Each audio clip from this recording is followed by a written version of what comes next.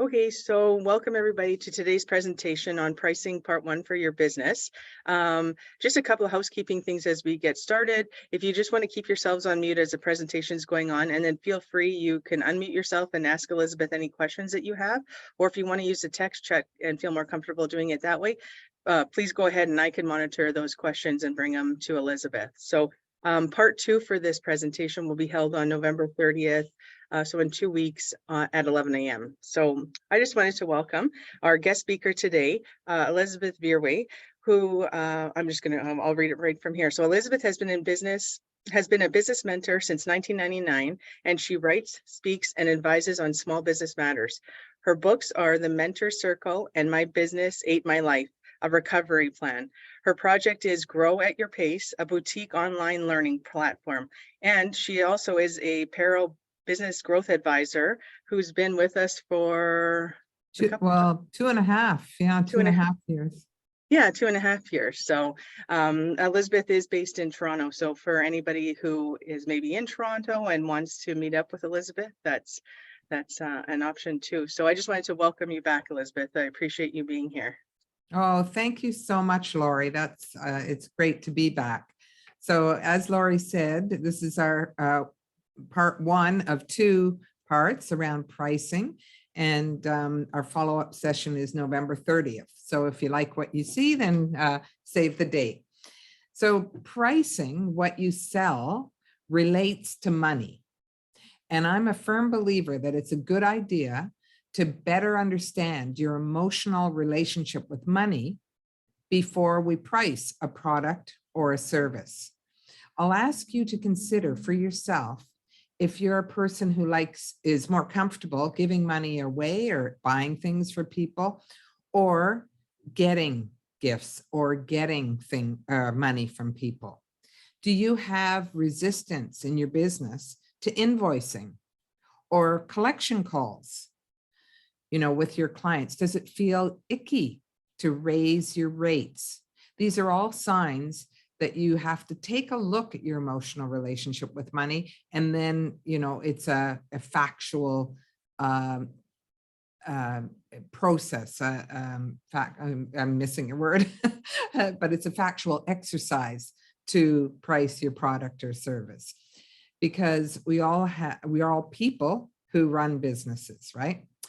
So if you are someone who finds it easier to give things away or money away, then you need to balance that and be aware of that and carefully add up all your expenses and look for those hidden ones too, to make sure that you cover all the fixed and variable expenses and make money to pay for the time you spend marketing for your clients or services.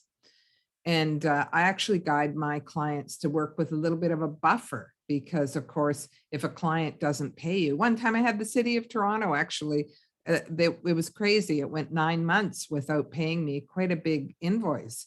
And if I didn't have that buffer, then it would have been really challenging. It was challenging as it was, but I made it through. So we're going to talk today, of course, about pricing, but it's a bad idea, really bad idea, to compete on price.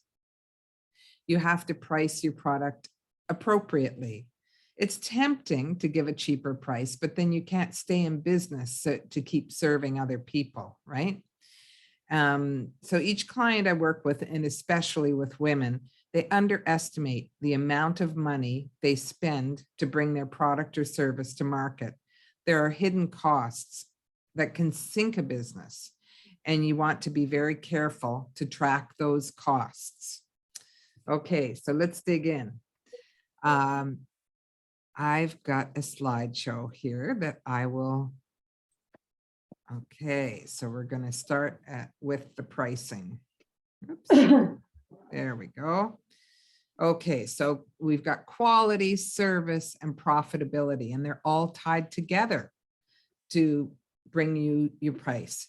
The price reflects an intangible image factor. So where do you, first of all, what price do you pay for lipstick? We can buy lipstick at the dollar store, and we can buy lipstick online with gold flecks in it at, $500 5,000, somebody told me, but 500 I've seen. So, you know, where are you in there, and how would people describe your product or service? So you've got the product plus the service plus the image plus your expenses and your profit, and that equals your price. Each one impacts and reflects the intangible image or the perception of the value of your product or service, right? So you got to take a look at all of those. And pricing, of course, is strategic. We have to think about what's going on in the current economic situation. I've been into quite a few businesses recently who have raised their prices, and they say, well, you know, it's the transportation and it's prices increasing. One business owner was honest enough to say everybody's using their credit card, so it's added 2 point something, I forget what the point was, but 2 point something % to my expenses.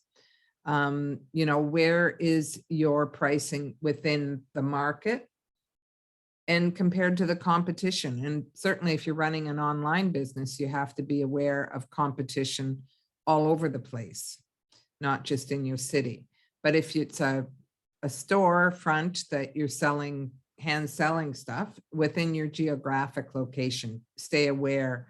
When I used to manage a record store for the Hudson's Bay Company, I used to walk out and, you know, price check with all the other companies when we couldn't do it online, and come back and adjust my prices at a, you know, large company like the Hudson's Bay. But remember, 85% of the purchasing decisions in Canada are made by women. And the other 15% mostly are influenced by women. So we need to stay aware of that, women tend to make less money, yet they're making the decisions on a lot of the pricing, the buying decisions. So ask yourself, are you trying to buy market share with low prices, which, as I said, I strongly recommend against? Are you trying to maximize your profits? Prices are so high that no one will buy it. That gets in the way. Or are you trying to be competitive? Hopefully you've thought about being competitive. And at Business Startup, price it as you would like to maximize your profits, and then give introductory offers, because it's really difficult to raise your price if, you know, you just start at a low price and you creep it up. People notice, and you know that it's better just to price it at the regular price and then tell them it's an introductory offer.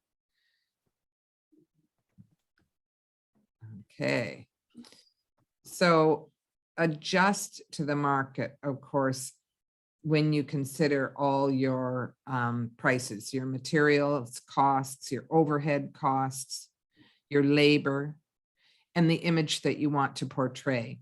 If your target market are high-end clients, they aren't interested in getting a cheap price. It's incredible how many clients, when I've helped them see that they're not covering all their costs, and they've raised their prices, sales go up. And even when you have, say, a service that you want to raise the prices for, work out how that increase in price, sometimes you need one less or two less clients. So if you raise your prices and you lose one client, it's okay, because you're still making the same amount of money in less time, right?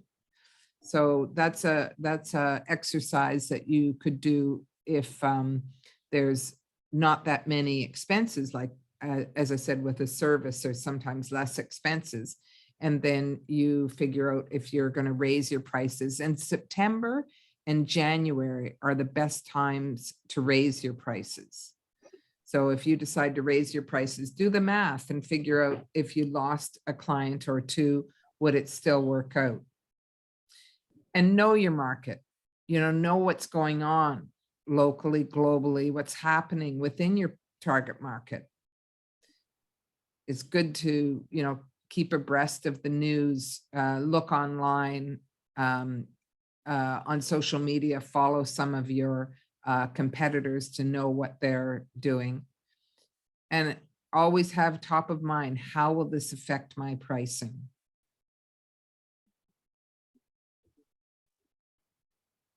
Okay, I don't know why my slide is not project.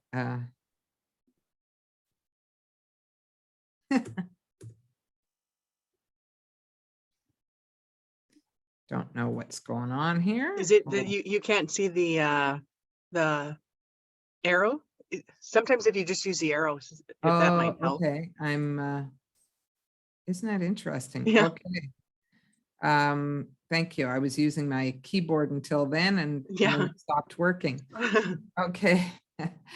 So of course, you need to know the facts first. So the least desirable pricing method may be suggested, or the going rate, but it ignores the cost that you have and the economic factors.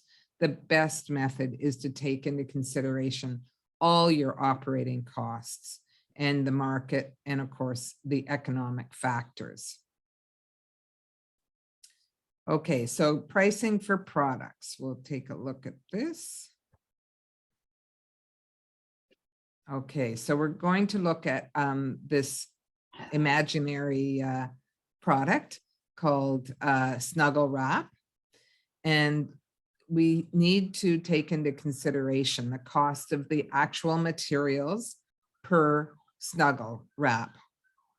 Okay, and then we take a look at our yearly overhead costs. And so they've taken a look at all the costs of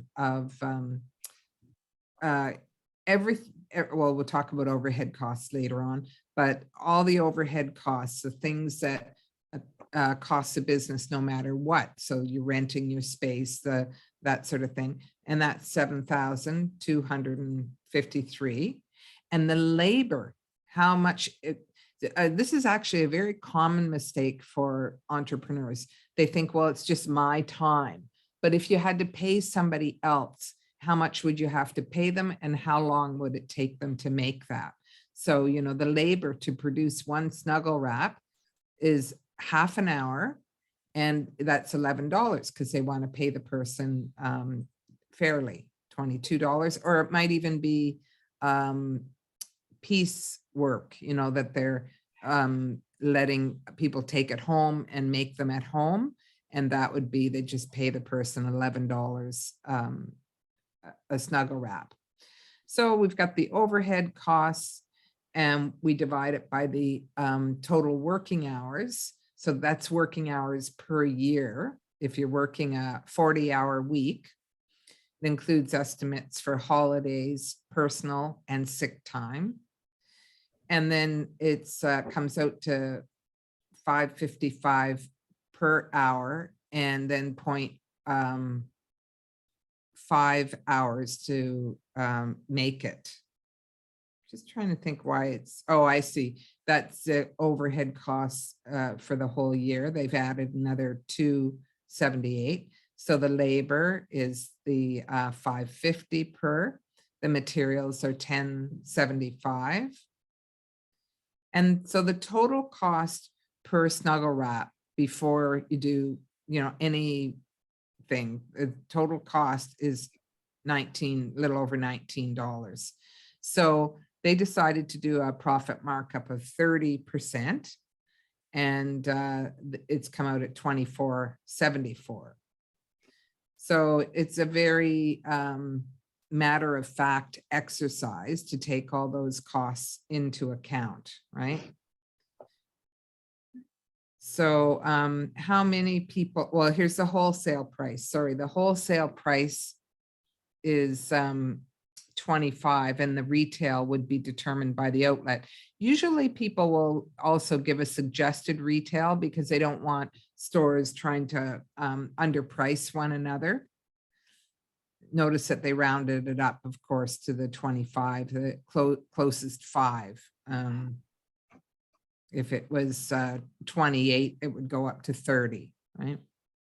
Sorry, where did the 7,253 come from? Those were the all the overhead costs. So like if they pay rent, we'll go through later, but Oh, okay, okay. I thought it yeah. was intangibles. Yeah. yeah. So when you're projecting sales, they're projecting sales of the Snuggle wrap at 500. So 20 of them at $25, I think it was. That's 500, and different sales or different orders that they have, right? They're projecting, they're not really guessing because it might be based on history, but if it's a new business, they're just trying to take an educated guess how many sales they're having. But the importance of pricing can't be underestimated, as incorrect pricing will result in business failure. And aspects of pricing, you know, what's acceptable to the target market and what your costs are have to be considered. Effective pricing depends on your business goals. Do you want to maximize your profits, or are you aiming for high growth? So, you know, do you have the capacity to make thousands and thousands of your product? Then, of course, if you're going for high growth, you can have a smaller margin because you'll make some good money. So the business needs to make a choice of positioning itself as good value for the low end market, or quality conscious with the upscale market. And sometimes they need to pay in order to be convince themselves that it's worthwhile. So who's your customer? That's the reference point on this. And what are they looking for? And fee for service. So if you have a consulting service, something like that, you've got the labor, the actual labor, you've got the overhead that you pay to keep the lights on, as they say, plus the profit. Your fees can be set by the hour, or by the day, or by the month, or maybe by the project. I've known some speakers, for instance, and they just have one rate for a half a day, or one rate for a full day. And it doesn't matter if they do an hour presentation or if they do a half day presentation, they have the same rate. So they say to people, well, okay, if I'm going to do your keynote to open the conference, I might as well do a workshop for you too. And people are thrilled because they feel like they're really getting their money's worth there. And so, you know, you can set it by one presentation, you know, by hour, day, month, or by the project. But consider all the fee structures and what works best for you.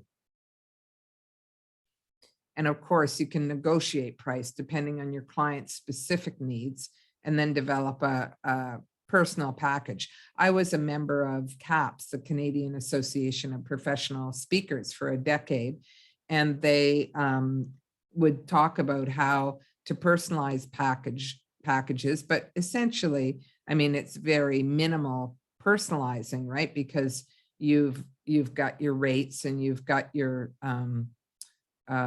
basic needs, but sometimes they would negotiate selling a book to each person. Like if I did a presentation for, say, $1,000 or $3,000, it depending on the size of the audience, then sometimes I could negotiate that each person in the audience gets a book. And that, of course, it comes out of a different budget. It is easy to add on, and it made some good money for me on top of my presentation fee.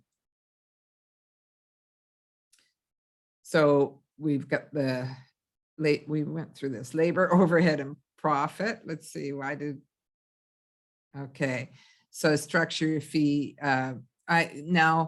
I object to this slide, but it is a Paro slide. They're saying structure your fee based on recent salary work.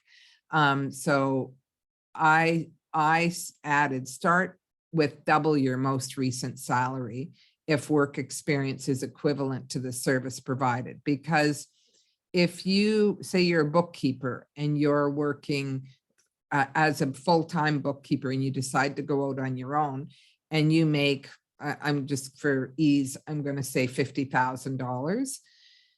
When you go out on your own, it will take a lot more effort to find the client, and your client hours, you have to really double your most recent salary. So if you wanted to make a 100,000, say if it was a 50,000 example, and then divide that by your number of weeks or hours, excuse me, and because you're not going to be working that 8-hour day, right? You're not going to be working that 8 times the hours. You're going to lose some hours as it is traveling to your clients,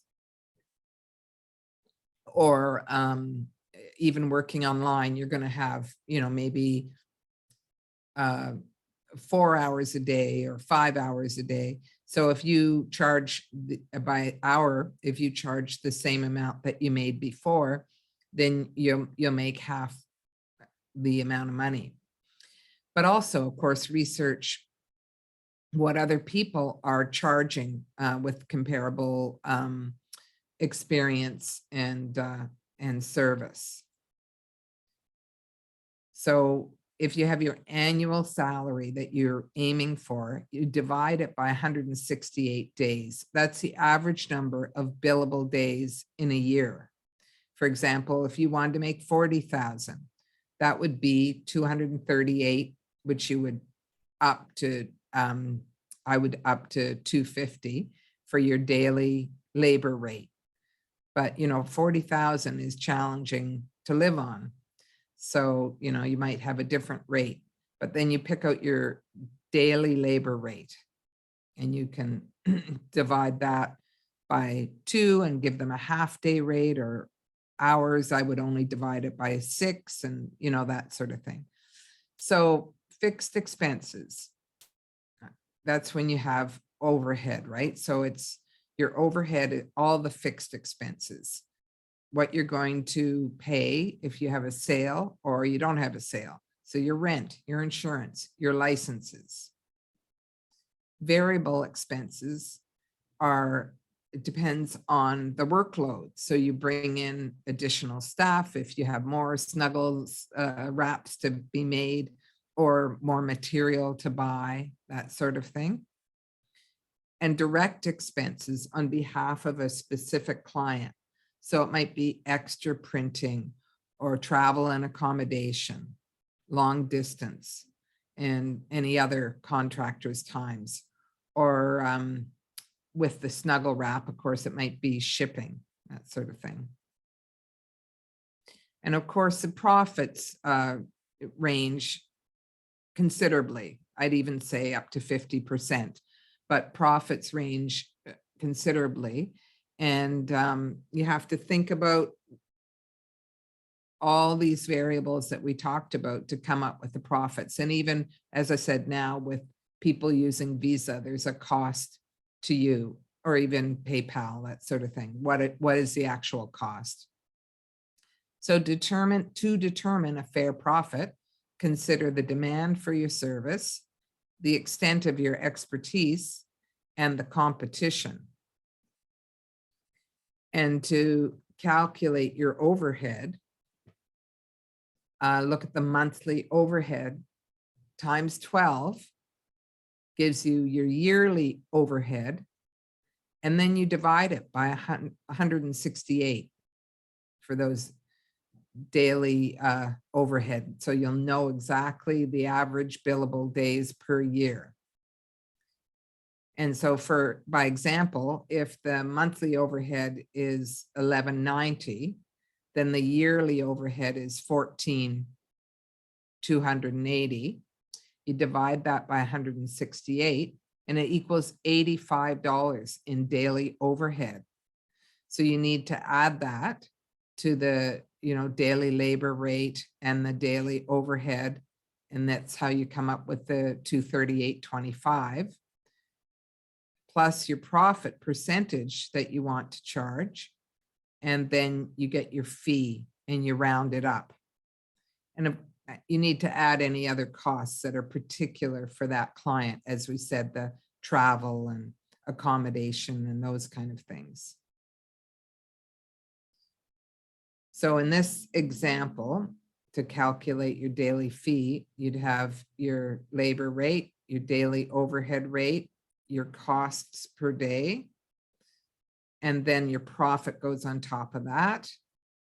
And that would be your total daily rate, fee rate, and then you round it up to 375.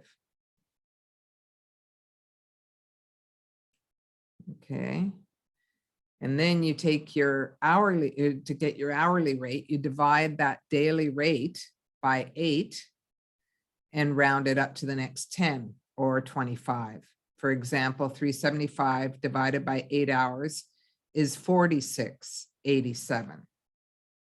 So the hourly rate would go up to 50 or 75, depending on the market, your competition, your expertise, economy, and other factors, right? I often even, I take marketing into account there, because if you can't do all your own social media marketing, even, social media is supposed to be free, but a lot of people end up hiring virtual assistants to help them, or social media companies. So, there's lots of expenses there on a free social media site, So what are your factors? So there's, direct labor, and then there's direct expenses. And you have to think about both of these when you're calculating a proposed cost for a client. Do you have an assistant? Is it long distance? Your total direct labor costs, and the total customized project price. So you can come up with a customized project price for somebody, how many, if you're basing it on how many days, that sort of thing. And other direct expenses might include rental car, airfare, special supplies. You might even provide the direct labor expenses and state in the contract that all direct expenses such as XYZ will be covered by the client. I find a lot of my clients used to come up with a project cost for some new company, but they wouldn't define it carefully enough. And the person would ask for a little bit more here and a little bit more here, especially if it's a service. And then they wouldn't say, oh, yes, I'd be happy to provide that service at my daily rate of this or hourly rate of this. They would just accommodate. And then they would get to the end of the project and say, wow, that was supposed to take a month, and it took me 6 weeks, and I did all this extra work. How am I going to talk to the client about this? And I say, well, you can try talking to the client, present your case, why you went over, and identify the things that you had not talked about. But fair is fair. The client, if you didn't say anything at the time, they got a project price and you did the work, and they asked for extras along the way. So next time, each time an extra thing comes up, you'll say, wow, I'm happy to do that at this hourly rate, at this daily rate, whatever you're basing your project on. And actually, a lot of companies, when they get working with you, there's high trust, and they're happy to pay the extra because they know the value is there. So is calculating the break-even point is next session, isn't it? Lori, are you still there? I'm pretty sure this is. Sorry, I'm here. My mouse wasn't working. Sorry, and I was trying to unmute. It is next session. Yes, that's right. Yeah, I wanted to. I'm glad, because I wanted to take some time, focus time on questions, knowing what your business is and questions, so that we can internalize this information, and then we'll go on to calculating the break-even point next time. So could we start with people going around and just giving their, what I call an infomercial, like what, they're just, I do this for this target market, and then any question you have, and then we've got half an hour, right, Lori, or Yeah, 25 yeah, we do. minutes? We've got time here. Fantastic. Yeah. Lori, what do you do and who do you serve? Okay, I make ribbon shirts and skirts.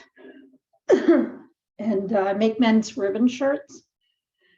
And the thing is, like, I'm thinking, because it's so hard for me to make my money back.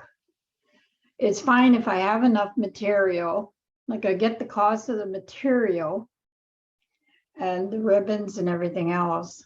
I'm pretty sure, yeah, I do make enough for that. But the cost of my labor, because it takes me almost 20 hours to make one.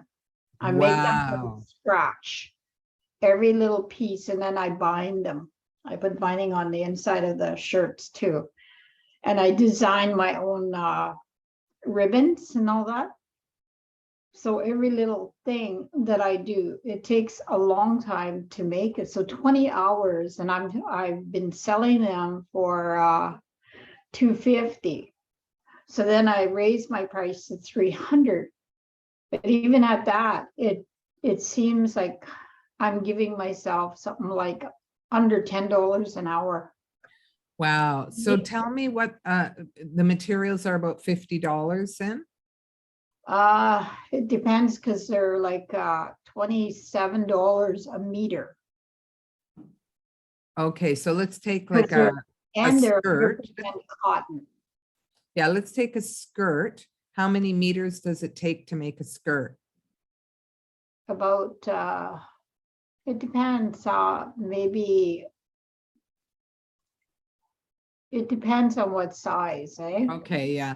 No, I don't want to get into the nitty gritty, but Yeah. you need to come up with you know, say a large skirt and figure out how much the obviously the fabric, the ribbons, the lining that you're talking about.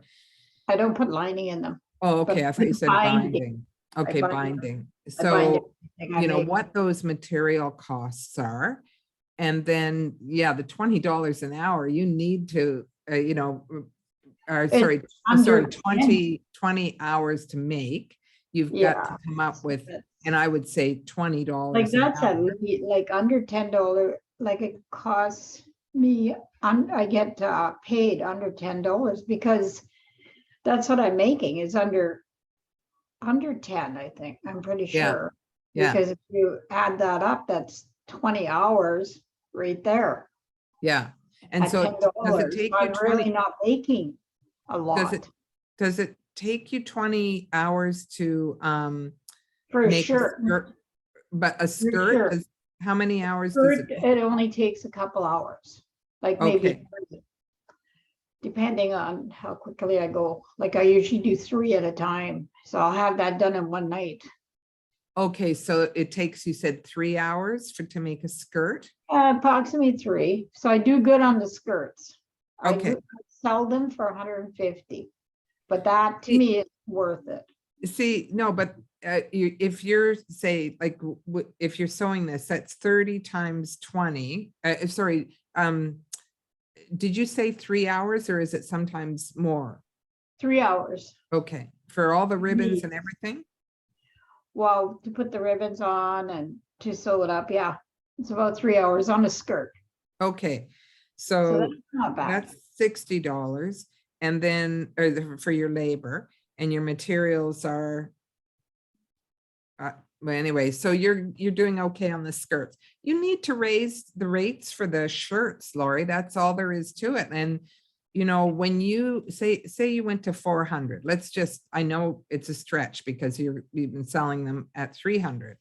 But it wouldn't take, like, it would only take, that's $100 difference. So it would only take one sorry, you could lose one sale. So say you're selling 2 a month. I don't know how many you're selling.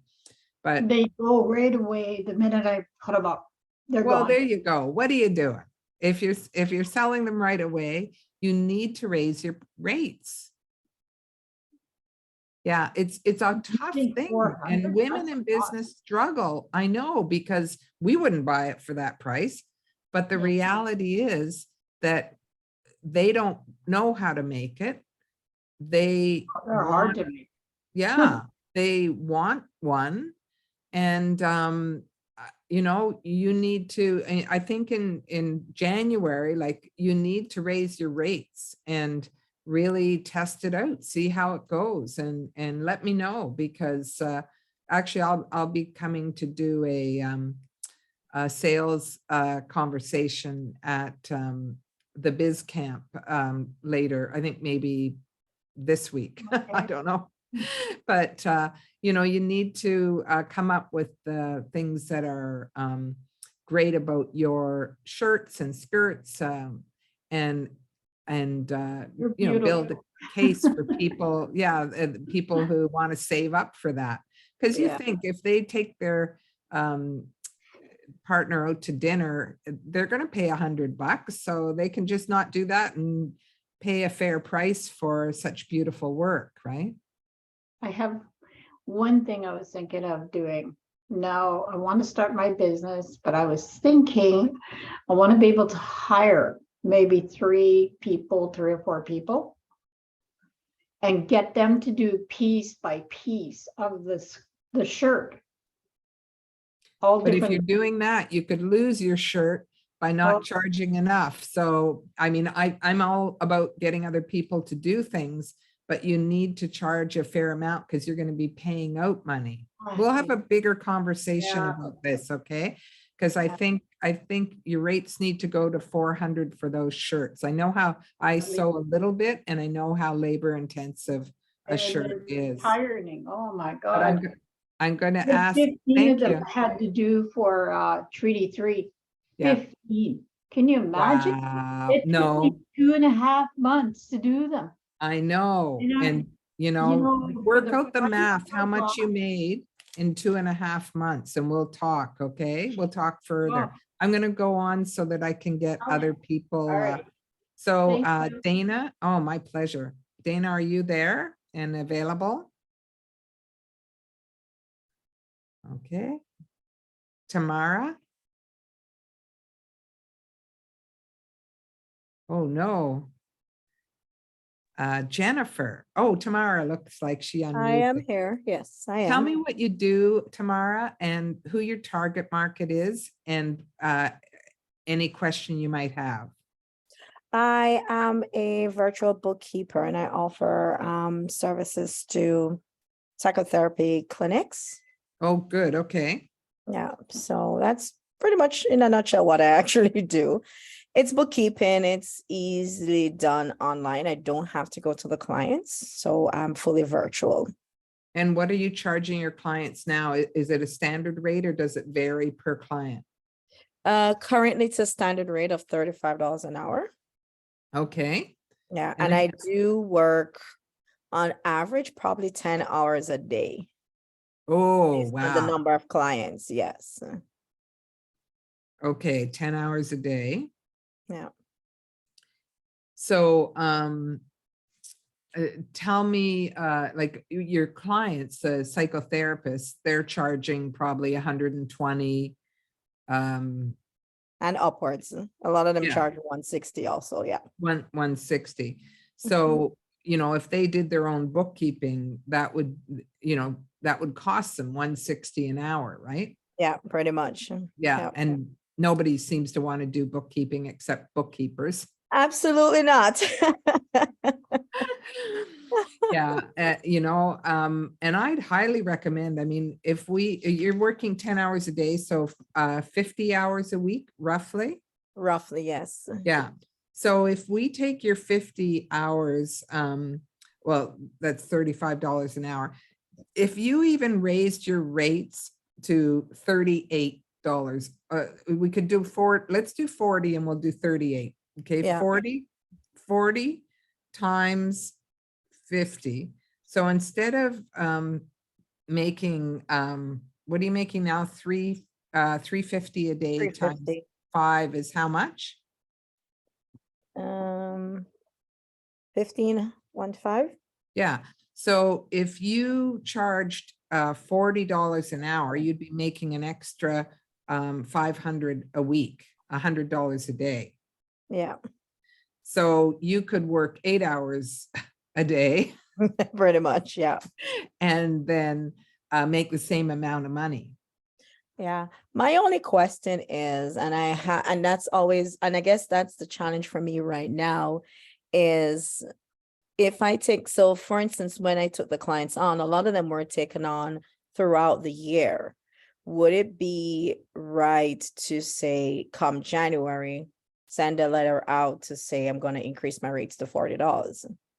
So if somebody came on recently, I'm just doing 38, you'd make 1900. So if somebody came on like within 6 months ago, Yeah. I might delay it, but you know, I just signed on with a web developer and it was like 2 months later when he said, you know, this is an annual increase and blah, blah, blah, blah, Yeah. blah. And I didn't mind it. Like as a user, he was doing his job well. You know, I was happy with him. I'm certainly not going to move.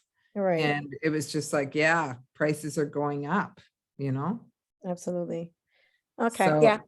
you know, if you feel like you want to say to somebody, oh, you've only been with me 2 months and I'll put your prices up in April or, you know, whatever. I think Yeah. 6 months is really fair. It's fair. to have Okay. a price increase. And like I said, if you want to go like 38, that gives you 1900. Mhm. But I would just probably go to the 40 if you've got the experience to back that up. Yeah, I do Mhm. actually. So that's one of my biggest concerns I was looking at.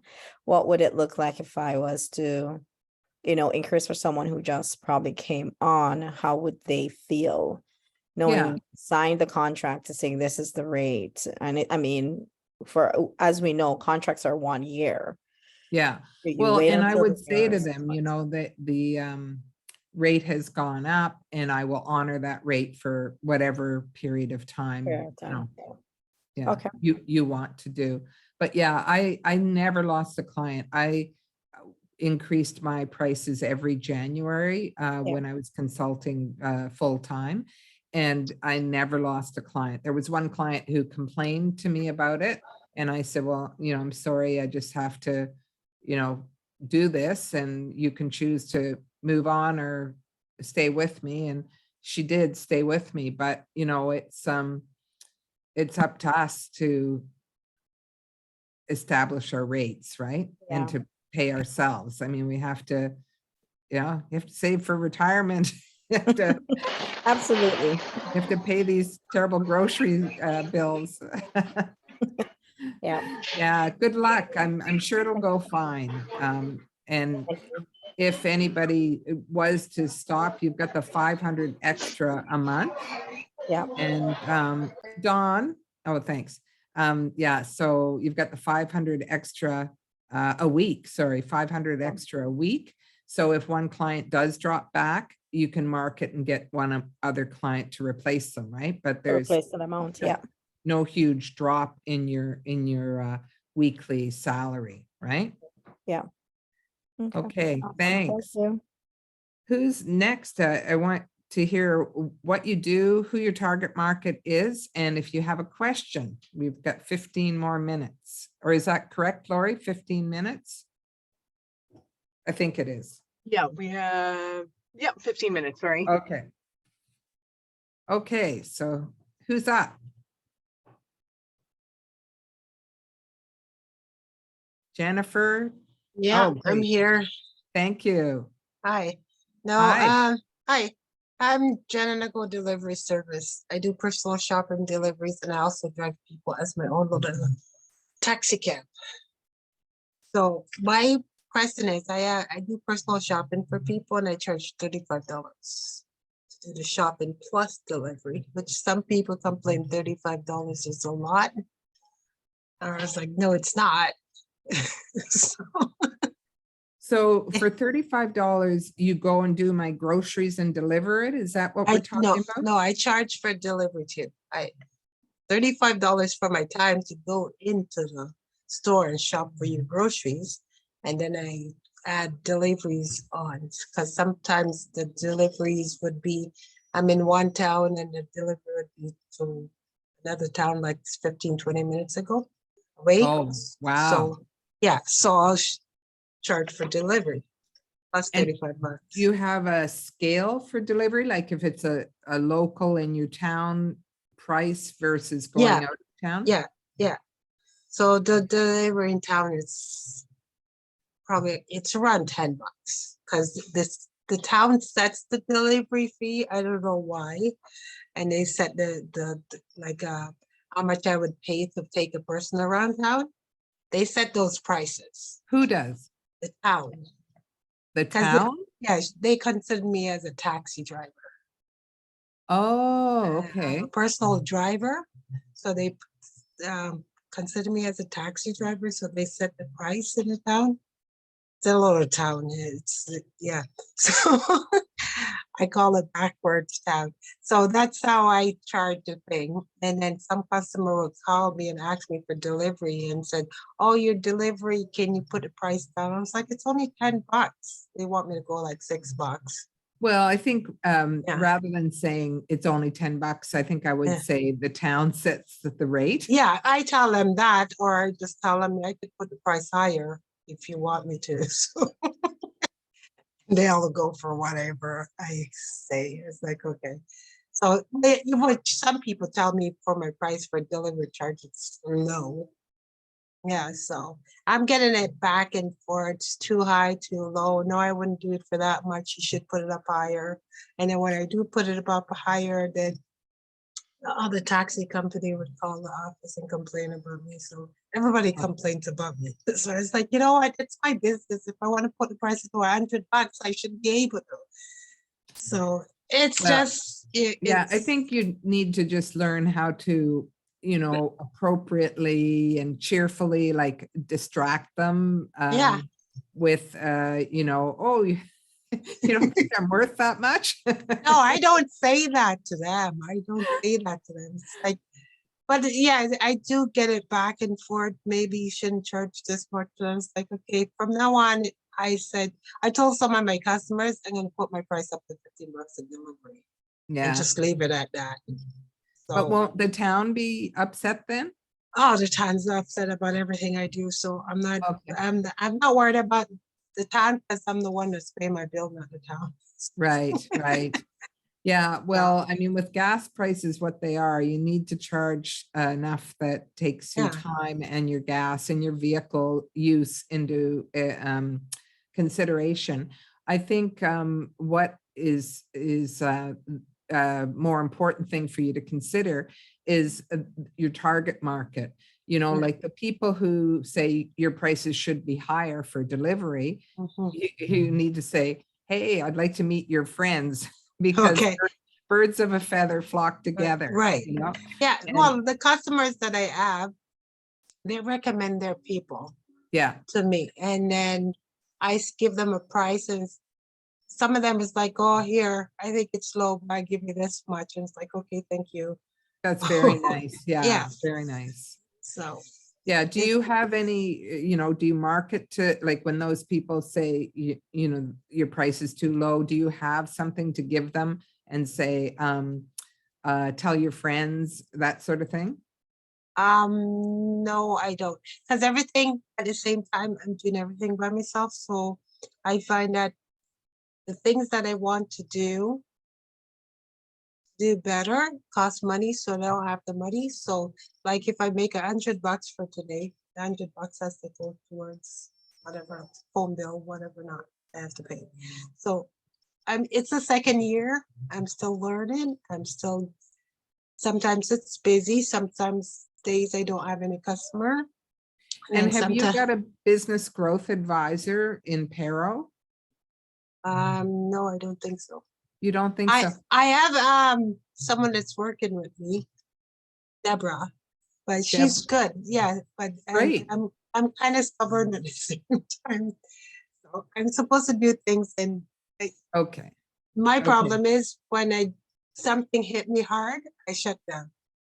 Okay. So Yeah, so you need to look at that, Jennifer, and figure out what you want to do, but it would be good to market to those people, especially like even if you go on Vistaprint, you can Mhm. get business cards for $20. yeah, And when those people say, oh, you're charging too little, I'm going to give you a little extra, you say, can you give this card to a friend of yours so that, oh no, I do have I'm out of cards now, but usually I have the logo on my band, so I just let them take a picture of my because oh, great. Okay. that's my business card. Well, come on, for $20, you can have new business cards. Yeah, no, I am getting one now from Vistaprint. I Good. done that. That's what I'm saying. When something comes in, it goes out for something. So Yeah. it's So- being printed now.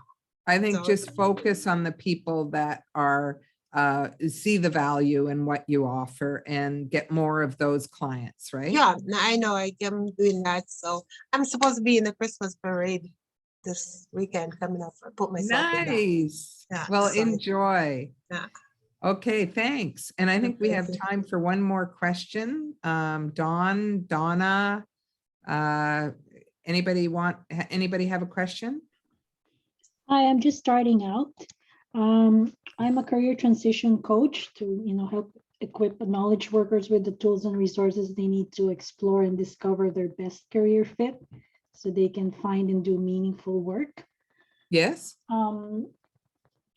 So I'm just starting out. I don't really know what to charge hourly, and I want to offer a package where I could do a resume review and edit, but I could also set them up with a personal website. And where are you based, Donna? Toronto. Okay. So you need to do like some competitive, or they call it mystery shopping. Call around and find out what other people are charging for this service.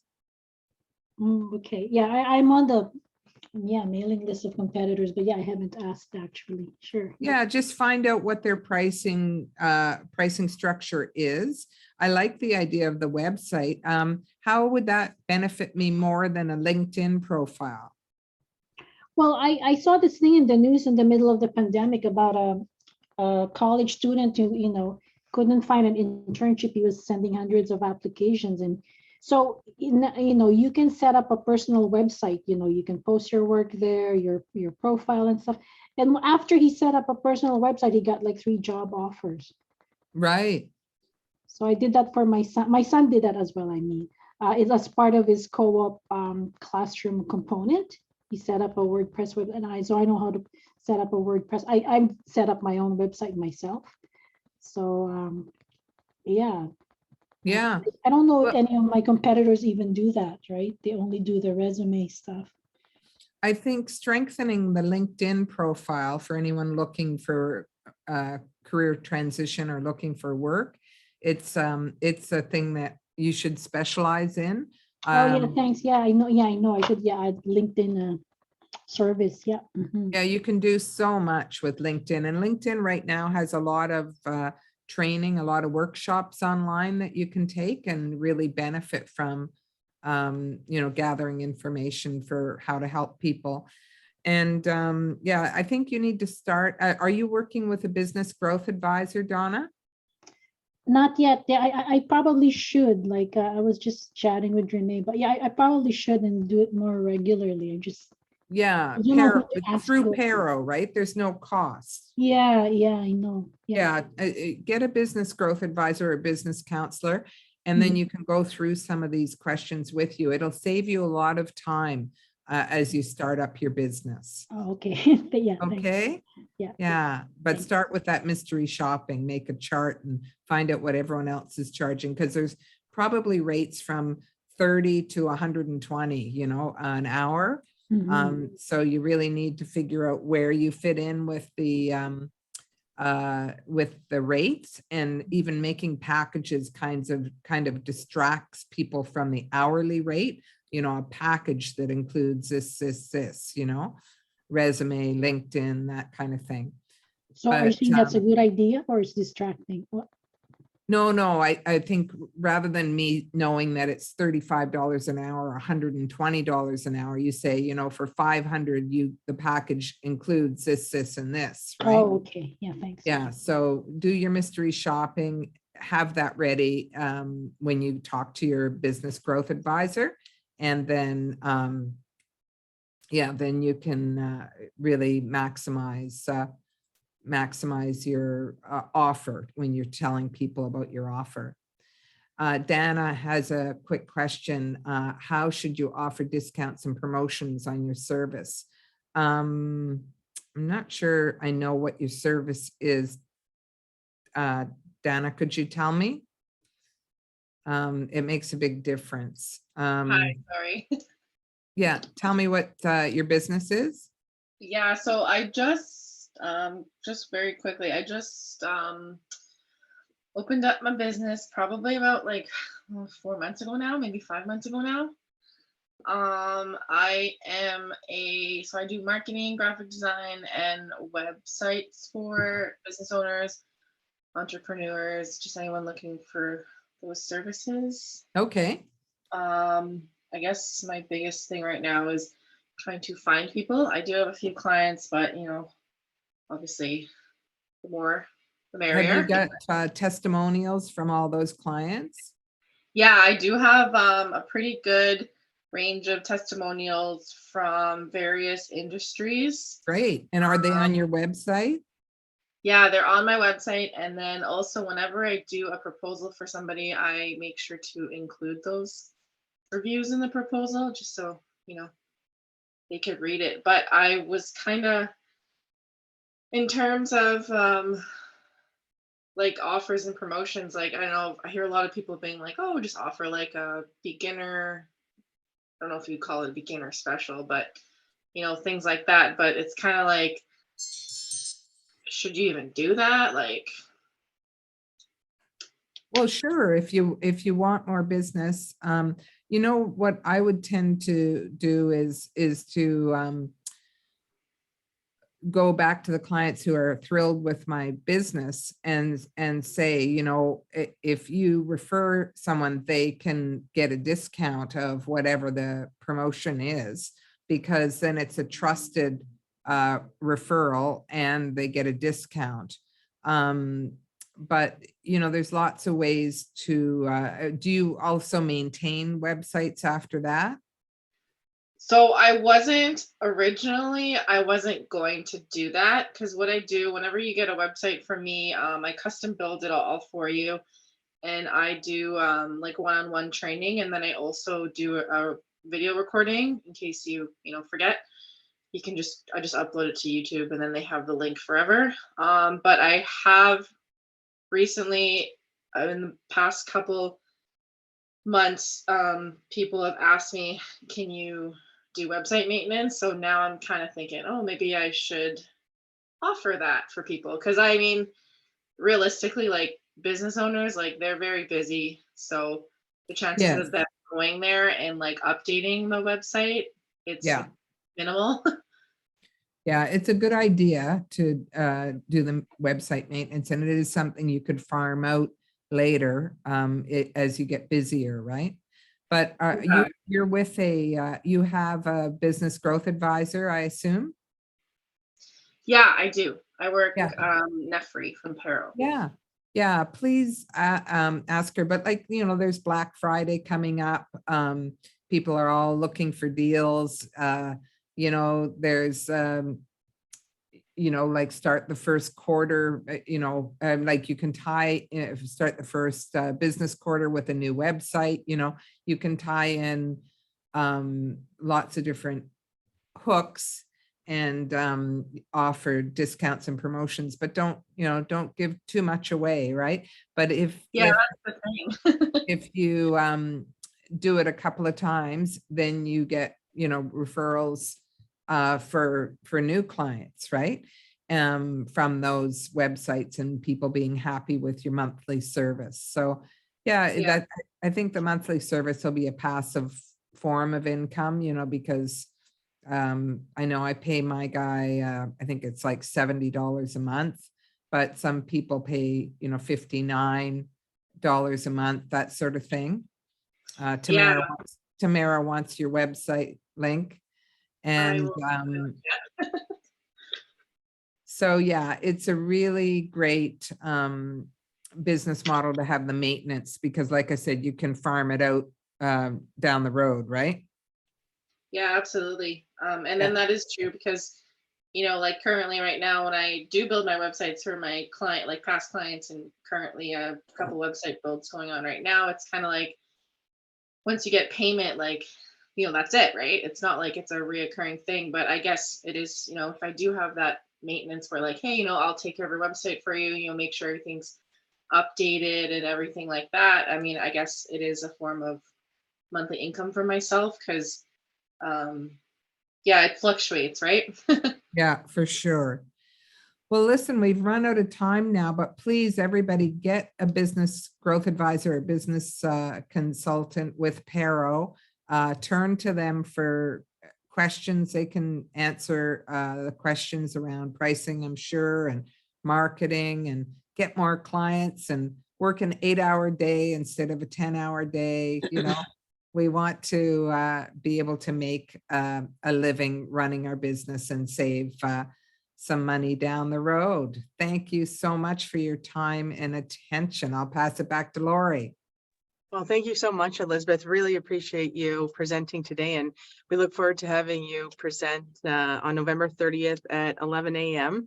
So thanks everybody for joining us, and you've got a little bit of time there too to mull things over as well. So if you have any other questions, like I said, we'll be meeting again on the 30th, and look forward to seeing everybody join again. So thanks so much, and thanks again, Elizabeth, and have a great day.